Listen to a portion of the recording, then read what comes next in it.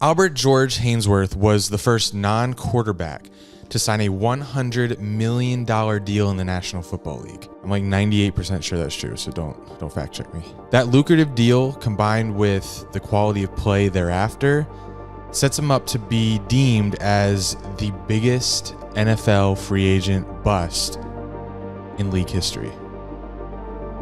After back-to-back All-Pro seasons in 2007 and 2008, Haynesworth and his first team, the Tennessee Titans, weren't able to reach an agreement on a long-term contract, and he became an unrestricted free agent. The 6'6", 350-pound defensive tackle recorded 8.5 sacks in his All-Pro season in 2008. He was 4 inches taller and 25 pounds heavier than Vince Wilfork. And he also ran a 4.8 40-yard dash at his pro day in 2002.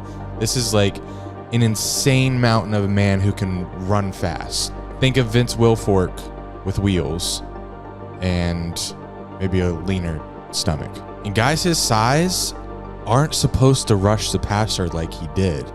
They're supposed to like clog the middle of the line and stop running plays up the middle. He not only did that, but he could sack the quarterback. This is why Aaron Donald is the best player in the league every year, because if you get a defensive tackle that can not only clog the middle of the field or the middle of the line, but if he can also rush the passer, like that's such a bonus to your team. Which is why he probably became the #1 most coveted defensive player to ever hit free agency at the time. Haynesworth becomes the first ever $100 million defensive player in the history of the NFL. And in the 2009 offseason, the Washington Redskins at the time made Haynesworth a $100 million man on a 7-year contract.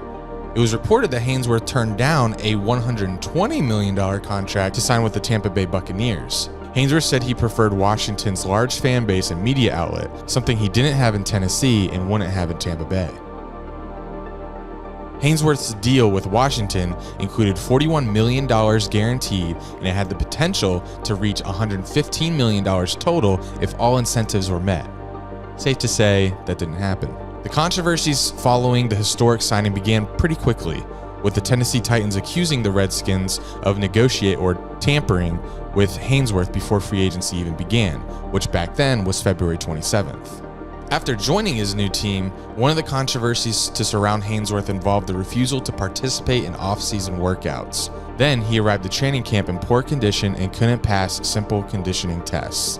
This is his first off-season with his new team. After a 45-12 loss to the New York Giants on Monday Night Football in December, Haynesworth questioned the 3-4 defensive scheme ran by then defensive coordinator Greg Blanche, going as far as to say he could not, and I quote, survive another season in this system if it stays the way it is. In 2010, Haynesworth had just 13 tackles and 2.5 sacks through 8 games. He was also destroyed for his lack of effort on a Monday Night Football game versus the Eagles when he laid on the ground for about 5 seconds during a play in which Michael Vick danced in the pocket and then threw a touchdown to the back of the end zone. This is like when social media started really kicking off, especially Twitter, so you probably saw this play. It was around this time also that media outlets like NFL Network and ESPN began deeming Haynesworth the biggest free agency bust of all time.